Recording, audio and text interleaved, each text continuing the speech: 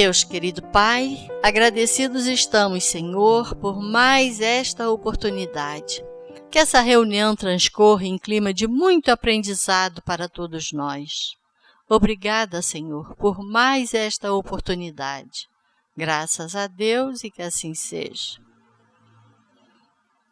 E com vocês, Celi, que não é campeiro, né? Pois é. Nada disso. Da Manel que gostava de implicar. Vocação. Uma boa tarde para todos nós. Estamos aqui, então, seguindo, porque na semana passada eu deixei uma questão muito, assim, todas são importantes, eu sempre falo isso, mas sempre eu chamo atenção para uma ou outra. A 540 de O Livro dos Espíritos, que é uma questão bastante conhecida, né? É uma questão que... Tá bom aqui? Mais para cá? Tá bom? É uma questão bastante conhecida e também é um pouco mal interpretada por conta de algumas traduções que as pessoas têm dessa questão. A que a gente recomenda aqui na casa, que é o Guilom Ribeiro também é bom nessa questão, mas tem algumas traduções de O Livro dos Espíritos que ela está com a preposição errada. Ela não foi bem traduzida e isso muda completamente a interpretação da questão. Nem é interpretação, é o entendimento dela, é a compreensão dela. E aí vale a pena a gente fazer um estudo bem assim, mais detalhado dela, para a gente compreender, porque não ela tem uma dificuldadezinha, ela tem um nível de dificuldade maior, porque ela envolve os elementos constitutivos do universo. E aí complica um pouquinho, a gente se passar batido por ela, a gente não entende ou entende errado, dependendo da tradução que foi feita, né? Ah, tá batendo. Mas eu vou sair daqui. Né? Então, não, eu estou falando que eu vou sair da beirada aqui. Tá bom. Porque aqui não tem onde segurar, não. Esse vestidinho é fino, se puser aqui atrás, ele vai lá para baixo e eu vou ficar esgoelado com ele aqui. Bom, deu, né? Tá ótimo. Então nós resolvemos, assim, dar um salto nela para poder entrar na questão dos flagelos destruidores, por conta do que está acontecendo lá no Rio Grande do Sul, né? E está associada a essa questão. Eu já até dei aquela explicaçãozinha que depois, quando aconteceu aquilo lá, foi que eu entendi por que eu pulei essa questão, essas questõezinhas aí na época que era delas mesmo. Aí eu entrei com as virtudes e os vícios, eu até falei isso semana passada. Então, por conta daquilo lá, porque foi muito, né, pertinente esse estudo agora, porque antes não tinha nem acontecido nada lá, né?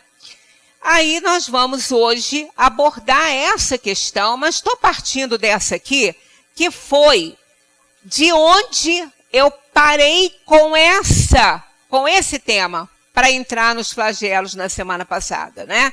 Que foi a 537A, nós estávamos aqui comentando ela, quando depois eu pulei ali para os flagelos. Pela mesma razão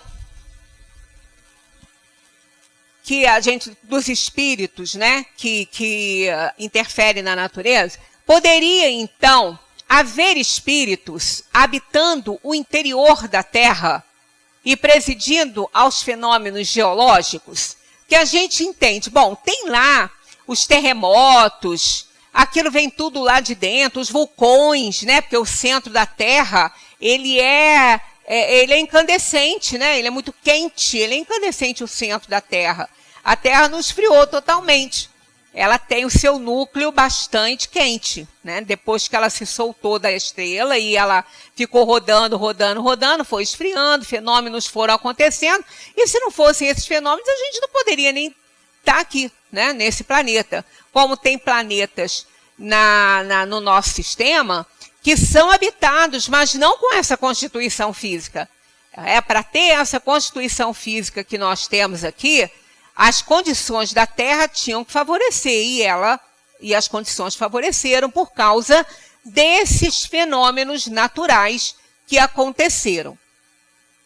De forma que os espíritos respondem assim: esses espíritos não habitam precisamente a Terra, mas presidem e dirigem os fenômenos, segundo as suas atribuições.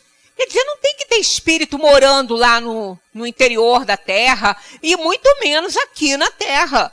Eles agem, eles são prepostos de Deus, eles são trabalhadores de Deus, né?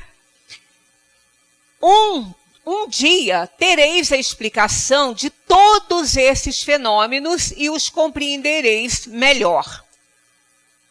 Aí, a 538 segue nessa dúvida, pedindo esclarecimentos, perguntando. Kardec perguntou: os espíritos que presidem aos fenômenos da natureza formam uma categoria especial no mundo espírita?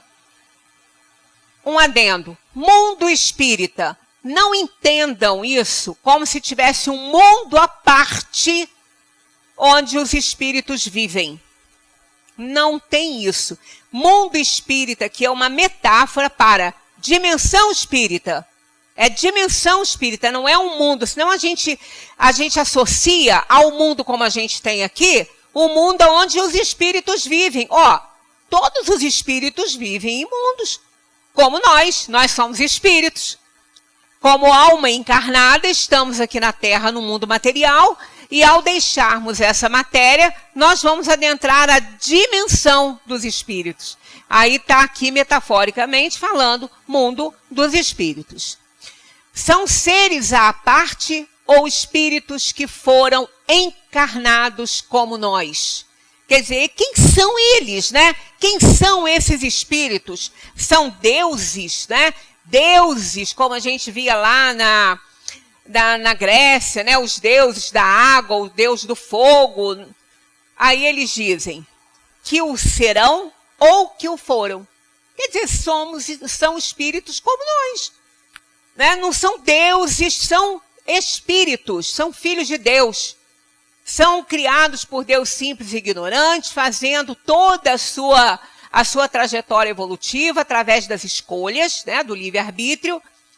E à medida que eles vão merecendo este ou aquele trabalho, ou melhor, se qualificando para esse ou aquele trabalho, eles vão trabalhando onde eles forem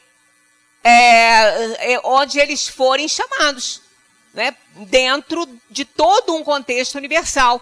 Da mesma maneira que uns são anjos da guarda, outros se habilitam para ação na natureza, nos fenômenos da natureza. Outra grande, né, comunidade espírita se encarrega dos reinos da natureza, do reino mineral, do reino vegetal, do reino animal, principalmente porque se encarregam desses seres de inteligência inferior, né, mas que são muito inteligentes e apresentam raciocínio lógico. Mas tudo voltado para dentro do instinto deles, para que eles possam sobreviver. Mas eles têm hora que parece que pensam como nós pensamos, porque fazem cada coisa que a gente se surpreende. Então, esses espíritos que cuidam dos fenômenos da natureza é apenas um trabalho. Assim como a gente tem engenheiros na Terra, advogados, médicos, lá tem os espíritos que se habilitam, que são mais apropriados para este ou aquele trabalho na dimensão espiritual. E nos fenômenos da natureza, não ia ser diferente para isso, né? Então, ou serão ainda, quer dizer, aqueles que ainda forem criados por Deus simples e ignorantes, também vão ser para essa finalidade ou para outra, porque a gente é criado para a felicidade plena, para a perfeição. Até lá a gente tem que malhar para isso. Não é simplesmente falar assim, eu vou encarnar, meu coração vai bater durante o tempo que eu ficar vivo ali. Não, a gente tem que trabalhar. Nós somos co-criadores do universo. Deus iniciou, nos deu a vida, e quem termina essa criação somos nós para conosco. Então, é assim que funciona. E é assim que é mesmo, né? Ou que o foram. Por quê? Porque foram e não são mais. Porque já estão aptos a trabalhos mais, não importantes, mas mais qualificados. Assim como não há na Terra trabalho mais importante que o outro, e sim trabalho mais qualificado, porque exige uma especialização, assim como acontece na Terra, acontece também na dimensão espiritual. Aqueles que hoje estão trabalhando nesses fenômenos da natureza, e até mesmo sem compreenderem muito bem o que estão fazendo, amanhã vão gerenciar muitas coisas que eles nem sonham. Por quê? Vão se aperfeiçoar, vão evoluir, vão adquirir conhecimentos que vão lhes dando aí competência. É como acontece na Terra, né? Um empresário, quando ele admite um funcionário, ele vai ver o currículo dele, ele vai ver o que ele já sabe fazer. Se aquele funcionário, ele sentir, né, o empresário sentir que ele não pode manipular determinadas máquinas, porque ele não conhece esse mecanismo, ele vai colocá-lo em funções mais simples, e se ele quiser, né, e tiver essa possibilidade na própria empresa, vai colocá-lo para ser instruído para mais para frente operar máquinas mais sofisticadas. E é o que ocorre também. Os espíritos têm sempre nos falado que essa vida aqui na Terra é uma cópia grosseira da vida na dimensão espiritual. Na dimensão espiritual, a vida acontece. Acontece funções. Tem funcionários, entre aspas, aí, só não tem moeda corrente lá, que é o amor. É o amor, a caridade, a solidariedade, essa é a função deles lá, a moeda de troca deles, né? Então, não existe como acontece aqui no mundo material. Por isso que aqui é uma cópia grosseira do que acontece na dimensão espiritual. Então, aqueles que ainda vão ser e outros que já foram e não são mais porque já evoluíram. Esses espíritos pertencem a ordens superiores ou inferiores da hierarquia espírita? Quer dizer, tem que ser espírito muito elevado? Ou, ao contrário, bem inferiores, que a gente acabou de falar que eles podem ocupar cargos mais sofisticados caso eles tenham competência, né? Então, olha o que eles respondem. Ó. Segundo o seu papel, mais ou menos material ou inteligente, isso aqui acontece, né? Então, vai depender do papel do espírito, mais, né, ou menos material. Quer dizer, quanto mais inferiorizado ainda é o espírito, mais pesado é o seu perispírito. Pesado, entre aspas, que isso é uma metáfora, né? Mais grosseiro, mais denso. Então, quanto mais materializado o espírito, que é recém-saído da matéria, seja nesse mundo, qualquer outro mundo, mas quanto mais agarrado às coisas da matéria, quanto mais importância ele dá, mais preso ele fica a essas impressões da vida que ele tinha aqui, ele tem um perispírito mais denso. Então, ele vai ser aproveitado para aquela função que exija um pouco mais dessa densidade que ele apresenta no perispírito. E outros mais evoluídos um pouco já teriam dificuldades. Tanto que no socorro espiritual, porque todos são atendidos, todos são socorridos, não importa a maneira que eles passaram para a dimensão espiritual, seja o que foi que tenham feito, nenhuma alma desencarnada, nenhum espírito, que aí passa a ser espírito, ele deixa de ser assistido pelos espíritos. Todos são amparados, todos são socorridos, mas na medida daquela compreensão que ele já apresenta. Porque não adianta tirar um espírito de uma região muito ainda grosseira se ele não conseguiu compreender nem que ele desencarnou. Então ele é assistido ali, para que depois ele possa adentrar já em instituições onde ele possa receber notícias de que ele desencarnou. Às vezes isso acontece nas reuniões mediúnicas, ou às vezes acontece na espiritualidade mesmo. Tanto que quando eles podem, depois que eles dão notícia através de uma psicografia, eles falam que ao acordarem, eles despertaram em hospitais e achavam que estavam encarnados. Porque não estavam entendendo o que estava acontecendo. Aí que começava a ver as diferenças, porque tem muitas diferenças, não tem corpos, né? Mas tem tudo que é plasmado, que é o material de construção na dimensão espiritual, é o pensamento com o fluido cósmico modificado. Não é o barro, a terra, o cimento que a gente tem aqui, mas é o pensamento que faz isso. Então, à medida que aquela instituição não seja mais necessária, porque os espíritos ali não precisam mais daquele ambiente, aquilo ali é demolido, digamos assim, pelo próprio pensamento, que parando de pensar, sai. Né? Porque é o pensamento que faz essas construções.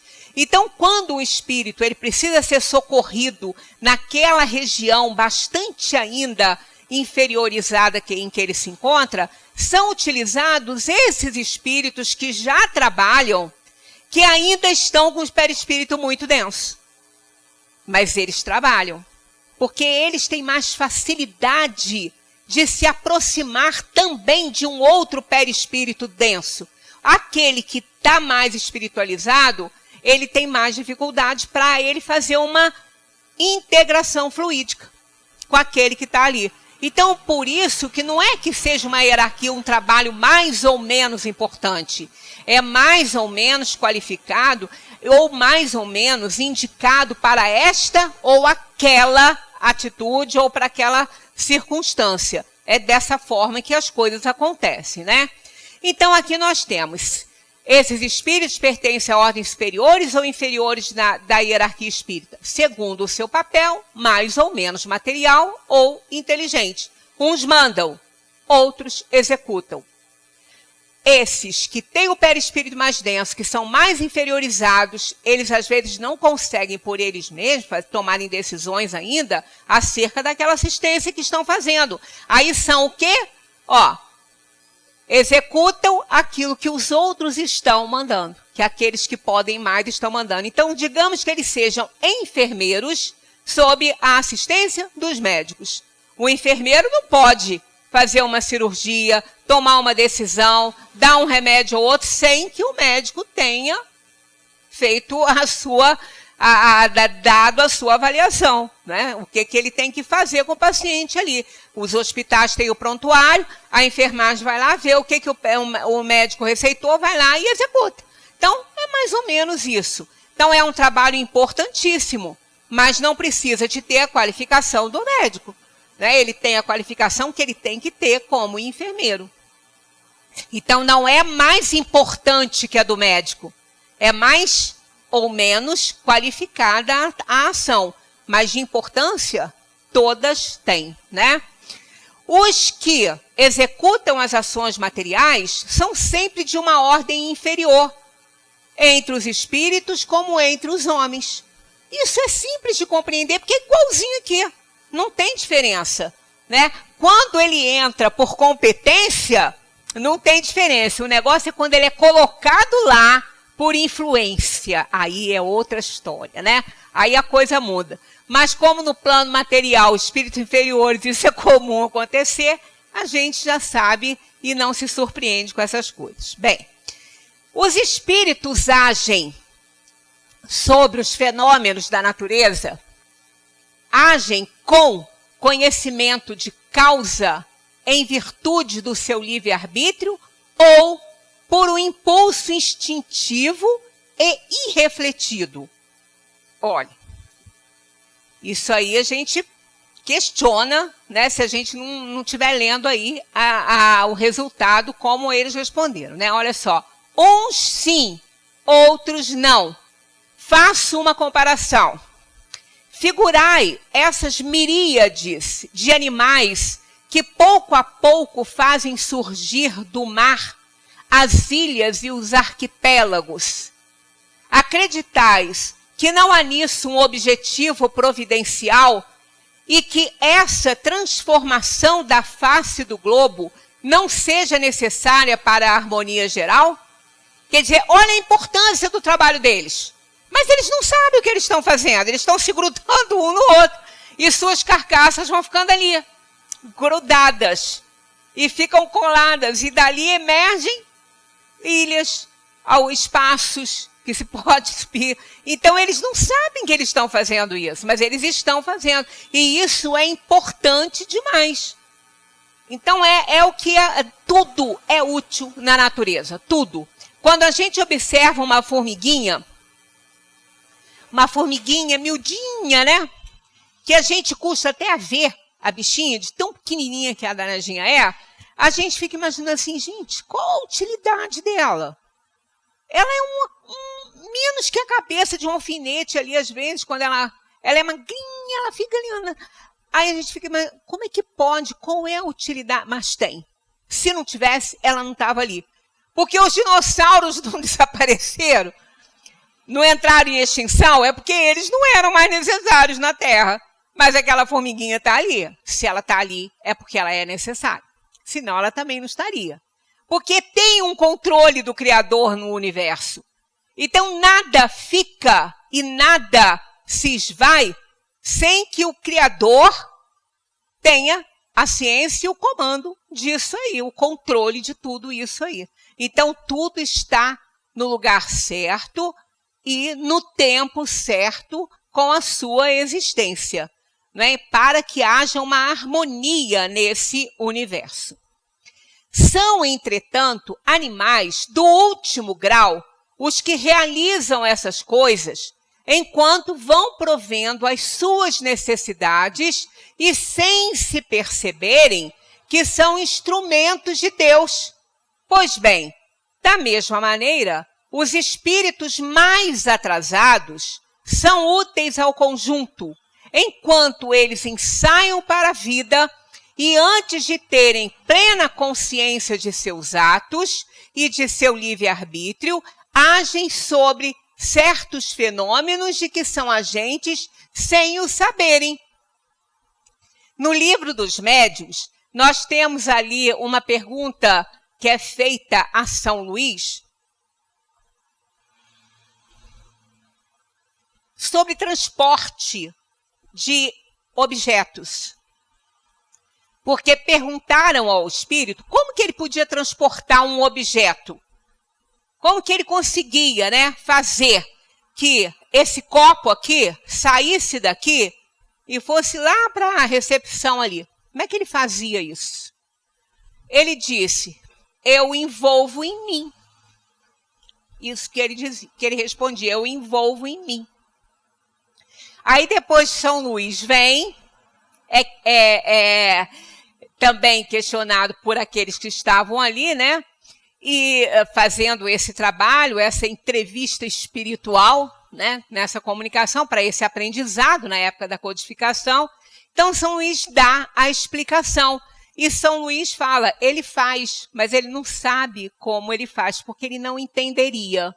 Ele faz instintivamente, mas ele não sabe explicar. Né? É a mesma coisa quando a gente vê um animal fazendo alguma coisa que a gente acha interessante, que ele está usando um raciocínio. Se ele pudesse falar, ele não tem a linguagem humana, mas se ele pudesse falar e perguntasse para ele ia falar que ele não sabe como que ele faz aquilo, mas ele faz porque tem que fazer. Né? Então, por isso é que quando a gente aprende lá, está na Gênese, que o instinto e a inteligência caminham juntos, nunca a gente fica sem o instinto, porque o instinto, ele é aquele que supre as necessidades da razão, porque a razão é influenciada pela inferioridade da gente. A nossa razão, ela é influenciada pelo orgulho, pela vaidade, pela cobiça, pelo egoísmo, enquanto o instinto não, né? Então, a gente muitas vezes precisa do instinto para nos guiar, que a razão está falhando. Aí entra o instinto e nos faz fazer uma conexão melhor aí com a consciência. Então, por isso que eles caminham também juntos. Só que ele fica mais enfraquecido por conta da razão. Porque essa é a razão sem limite, aí, o raciocínio sem limite, é o que faz a diferença da gente para o animal. Né? Porque o animal ele não tem essa condição que nós temos de raciocínio lógico e um raciocínio irrestrito, amplo e irrestrito. Ele não tem, ele raciocina de acordo com a sua sobrevivência. Então, dessa forma, os espíritos trabalham nesses fenômenos, mas eles são capazes de aplacar uma tempestade? São, mas eles não sabem como que eles fazem. Eles não têm essa resposta, eles fazem, mas não sabem como fazem, porque eles não têm esse conhecimento ainda. Mas eles estão fazendo sob a orientação dos espíritos superiores, que não vão fazer trabalhos que é mais um pouco complicado para eles por causa da densidade mais sutil do perispírito, enquanto que os outros têm uma densidade mais intensa ali, mais grosseira, né? Então, primeiro, esses espíritos executam. Mais tarde, quando sua inteligência estiver mais desenvolvida, comandarão e dirigirão as coisas do mundo material. Mais tarde ainda, poderão dirigir as coisas do mundo moral. Isso é o aperfeiçoamento. Nós fomos criados para a perfeição, né? Então, a gente vai aos poucos, a gente vai aprendendo e evoluindo, igual que acontece no mundo, né? Um aluno que está lá no início do ensino médio, ele tem conhecimentos que aquele que está no ensino fundamental, ele não tem. Mas quando ele passou pelo ensino fundamental, ele ainda não tinha. Ele precisava da ajuda para fazer determinadas tarefas que aquele que está no ensino médio já sabe. E assim vai crescendo, aprendendo, adquirindo conhecimento que vão facilitar a evolução deles. E é assim que tudo serve. Tudo se encadeia na natureza. Desde o átomo primitivo até o arcanjo, pois ele mesmo começou pelo átomo. Admirável lei da harmonia de que o vosso espírito limitado ainda não pode abranger. Esses 3 slides aí são a questão 540 de O Livro dos Espíritos. Aí, ó. Começou aqui, ó. Os espíritos que agem sobre os... Essa é a 540. Os espíritos que agem sobre os fenômenos da natureza agem com conhecimento de causa em virtude do seu livre-arbítrio ou por um impulso instintivo e irrefletivo. Essa é a 540 famosinha, mas ela ficou bem mais, assim, com um nívelzinho de dificuldade maior nesse finalzinho aqui, no último parágrafo dela, que tá aqui, ó. E é assim, tá faltando um acento aqui, ó. É assim que tudo serve, tudo se encadeia na natureza, desde o átomo primitivo até o arcanjo. Aqui entra o problema, ó. Pois ele mesmo começou pelo átomo. Eu devia até ter colocado isso aqui em vermelho. Em algumas traduções, por isso que eu chamo a atenção para as palavras, porque elas podem fazer mudanças radicais demais, e aqui fez, né? Olha só. Ele mesmo começou pelo átomo. Se essa preposiçãozinha aqui for substituída por acompanhado do verbo ser, que é o que se apresenta em algumas traduções, aí a frase ficaria assim, ó. pois ele mesmo começou por ser átomo. Isso mudaria tudo. Mudaria tudo. Inclusive a questão binária dos elementos que compõem o universo. Olha que modificação que isso faz. Essa tradução por ser átomo.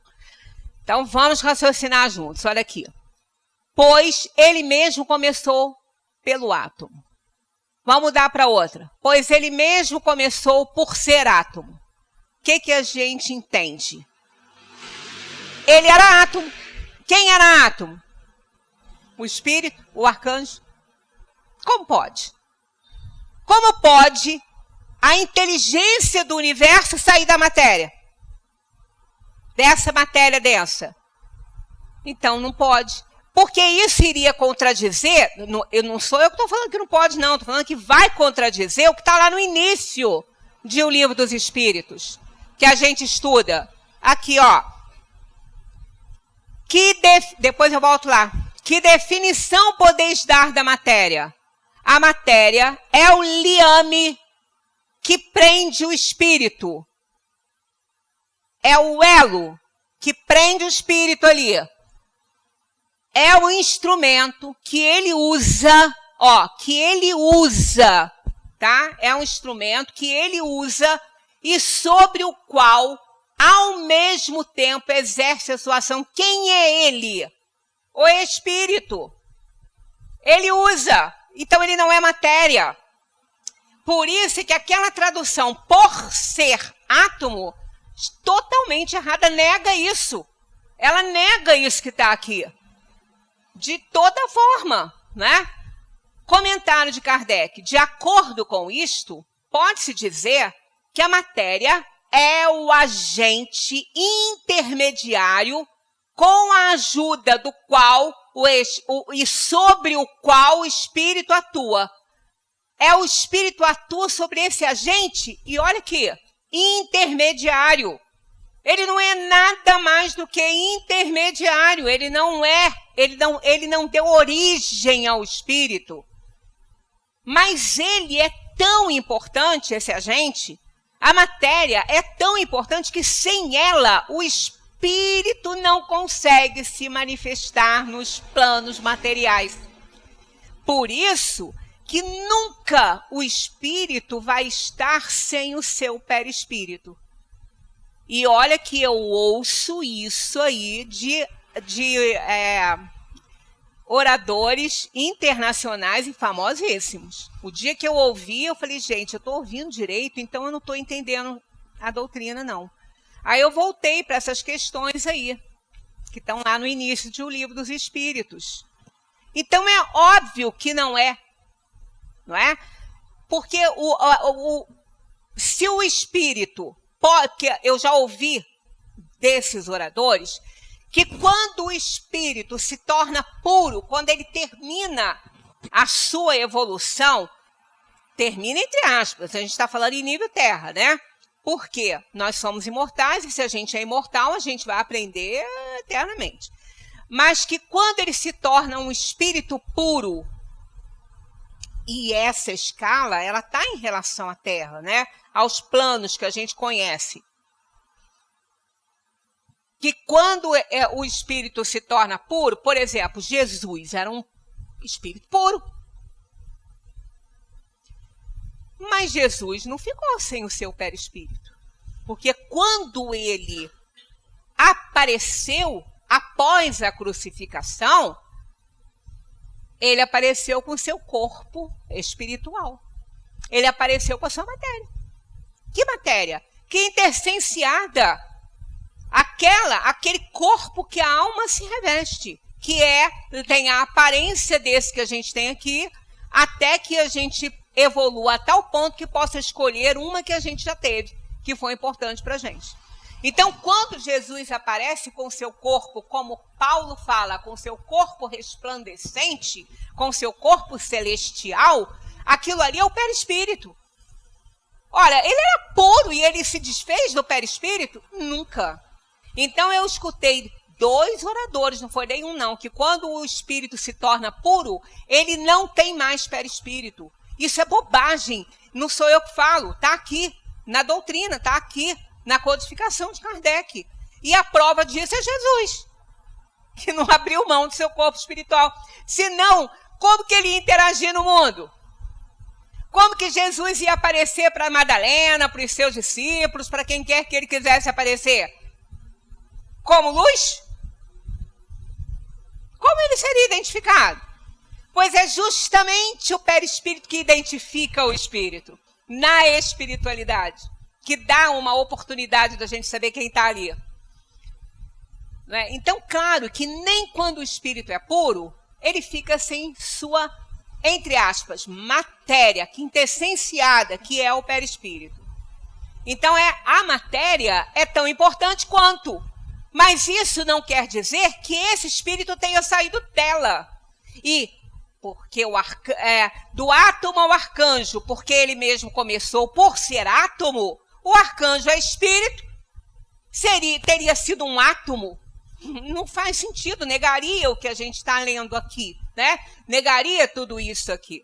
Então, a tradução é aquela que a gente viu ali, ó. Aqui, ó. Do átomo ao arcanjo, pois ele mesmo começou através do átomo, junto com ele. Ele usou o átomo para isso. E é isso que está falando. Ele usa a matéria, o espírito usa a matéria como intermediário entre a espiritualidade e a materialidade. Então, nós temos 2 elementos que constituem o universo, não é? O espírito e a matéria. O que é o espírito? A matéria a gente já viu. O que é o espírito? O princípio inteligente do universo. Qual é a sua natureza íntima? Não é fácil analisar o espírito na vossa linguagem, tá vendo? Não é fácil. A gente não tem parâmetro para isso.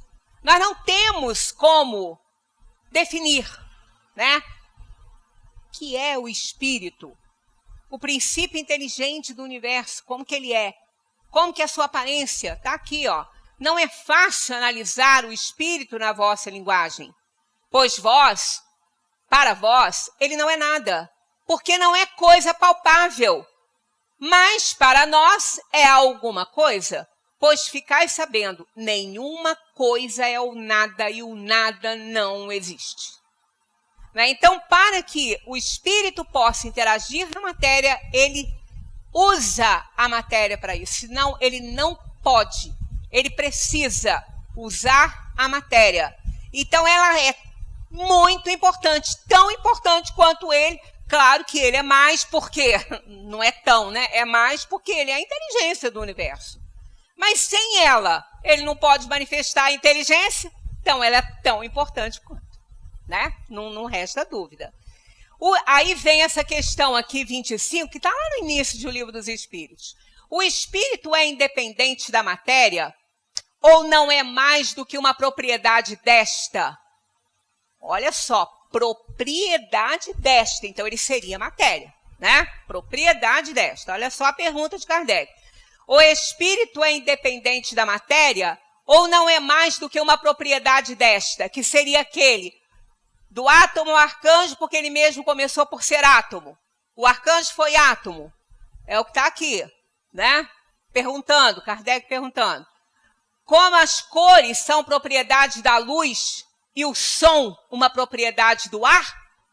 Porque as cores são propriedade da luz. Claro que são, todas elas, né? Então, elas se dividem. É aquela luz reincidindo num vidro que ela vai se abrir em todas as cores que a gente conhece no universo. Mas ela mesma, ela não tem cor. Ela vai sob a função. Então, ela é uma propriedade ali. Então, o espírito seria uma propriedade da matéria?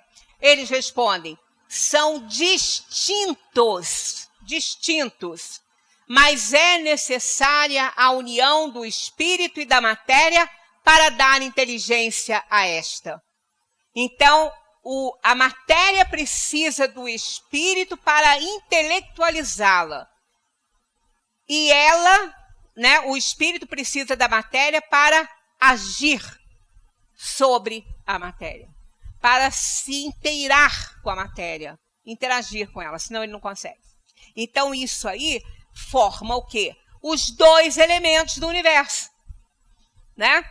Pode-se conhecer o espírito sem a matéria e a matéria sem o espírito? Pode-se, sem dúvida, pelo pensamento. Porque eles são diferentes, né? Eles não saíram um do outro. Eles constituem o universo, mas eles precisam um do outro. Olha só podemos conceber, aqui ó, pode-se conhecer o espírito sem a matéria e a matéria sem o espírito? Pode-se, sem dúvida, pelo pensamento. Só pelo pensamento. Porque eles estão sempre unidos. O espírito e a matéria. Né? Quando a alma desencarna, ela deixa a matéria bruta, mas ela leva o perispírito. Aí o que acontece? Fica com ela. Se ele reencarnar num mundo mais evoluído que não for dessa constituição aqui, e que a matéria não for essa que a gente tem com esses elementos, formado pelos gases que compõem a Terra, ele vai pegar o perispírito, o elemento semimaterial, né? Aquela matéria que está essenciada do planeta que ele vai reencarnar, ou no qual ele vai se comunicar, que foi o caso de Moza. Quando Moza deu a sua comunicação, está lá na Revista Espírita, para o grupo espírita da França, ele tomou o perispírito que ele tinha quando ele estava aqui, mas ele estava encarnado em Júpiter. E Júpiter não tem essa constituição, Júpiter é um planeta gasoso. Tudo lá é intelectual, não tem matéria, como nós entendemos. Então, o corpo de Moza em Júpiter não tinha nada a ver com o que ele tinha aqui na Terra. Mas, para dar a comunicação, ele teve que intermediar com a matéria da Terra, que formou o perispírito semelhante ao corpo que ele tinha quando aqui ele viveu. E simples, claro, isso não tem nem dúvida para entender. Não precisa nem questionar muito, né? Por isso que eles colocaram aqui, que somente pelo pensamento a gente pode entender o espírito e a matéria. Só pelo pensamento, nunca de fato na ação, porque né, na representação desse pensamento através das ações, porque não existe essa possibilidade. Haveria, assim, dois elementos gerais do universo, a matéria e o espírito? Sim. E acima de ambos, Deus, o Criador, o Pai de todas as coisas. Essas três coisas são o princípio de tudo o que existe, a trindade universal. Deus, Espírito e matéria. Esse computador reverte tudo. O A ficou cá embaixo. Mas é Deus, Espírito e matéria. Então, Deus no comando de todas as coisas, o Criador do universo. E neste universo, que elementos o compõem? O Espírito e a matéria. Por isso é que jamais a gente pode abraçar aquela tradução do átomo ao arcanjo, porque ele mesmo começou por ser átomo, porque ele nunca foi átomo. Átomo é matéria.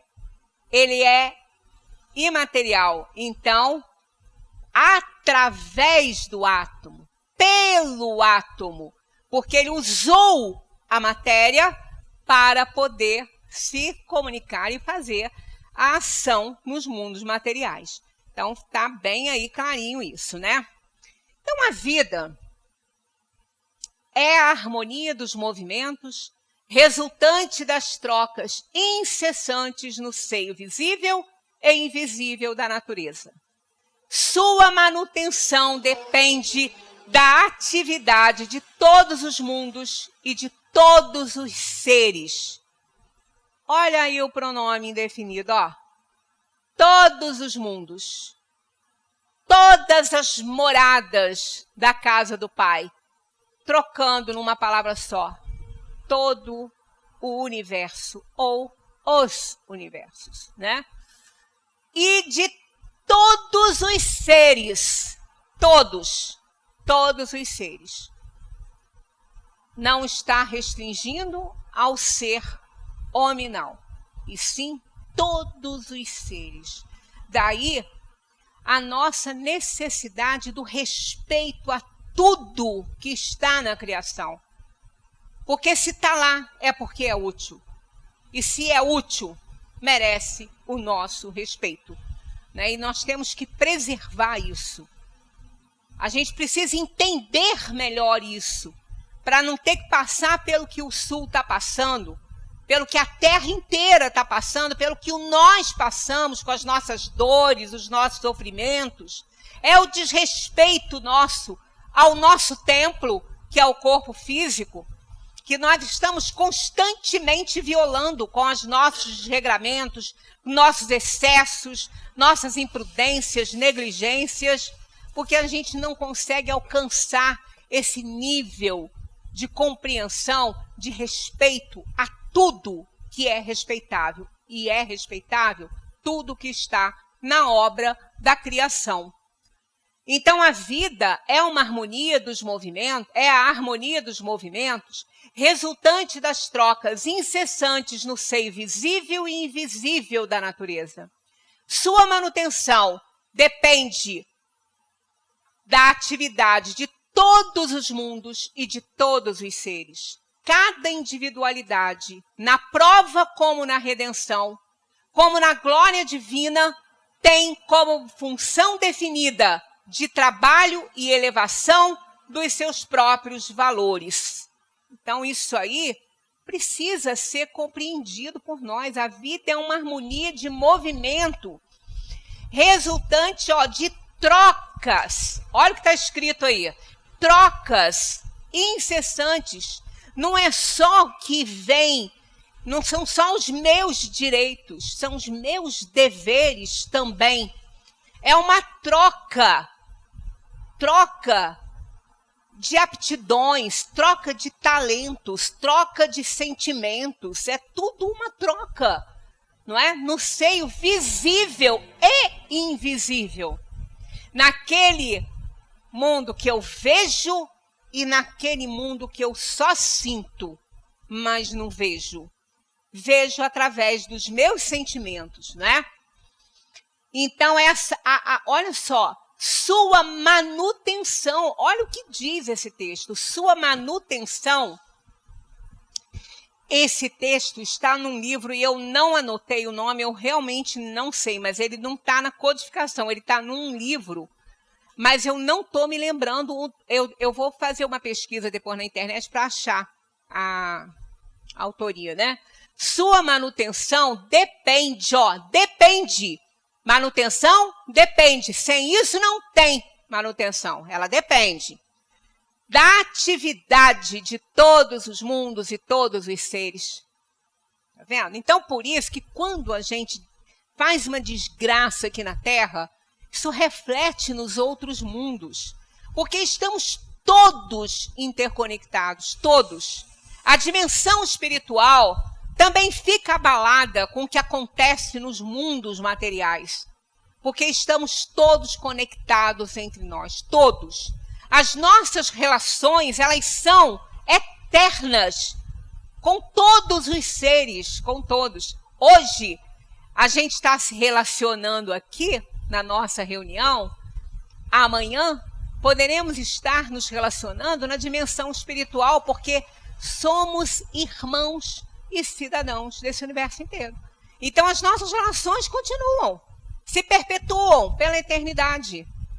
Por isso é que realmente só o amor é capaz de estabelecer relações boas universais, porque senão o ódio fica existindo naquele toma lá da cá, né?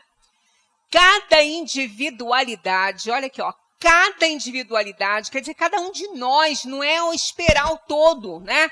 Cada individualidade, na prova ou na redenção, como na glória divina, tem uma função definida. Cada individualidade, aquela formiguinha tem uma função definida para ela, senão ela não estava ali, né? cada individualidade tem uma função definida de trabalho e elevação dos seus próprios valores. Ó, dos seus próprios. Então, cada um operando o seu. Porque você não modifica ninguém, ninguém muda porque você deseja. Cada um é que sabe como tem que conduzir a sua vida e você não vai fazer o outro ser diferente do que ele é se ele não quiser ser. Você pode dar até uma ajudinha, uma orientaçãozinha, falar, mas se ele não quiser, ele vai continuar fazendo tudo que ele está fazendo. Porque não é porque você gosta ou não gosta que ele vai deixar de fazer. Então, ninguém nos muda. É só a gente usar a nossa vida como termômetro, como régua. Se a gente é de um jeito e a gente gosta de ser daquele jeito, pode o mundo falar que está ruim. Você vai continuar sendo daquele jeito.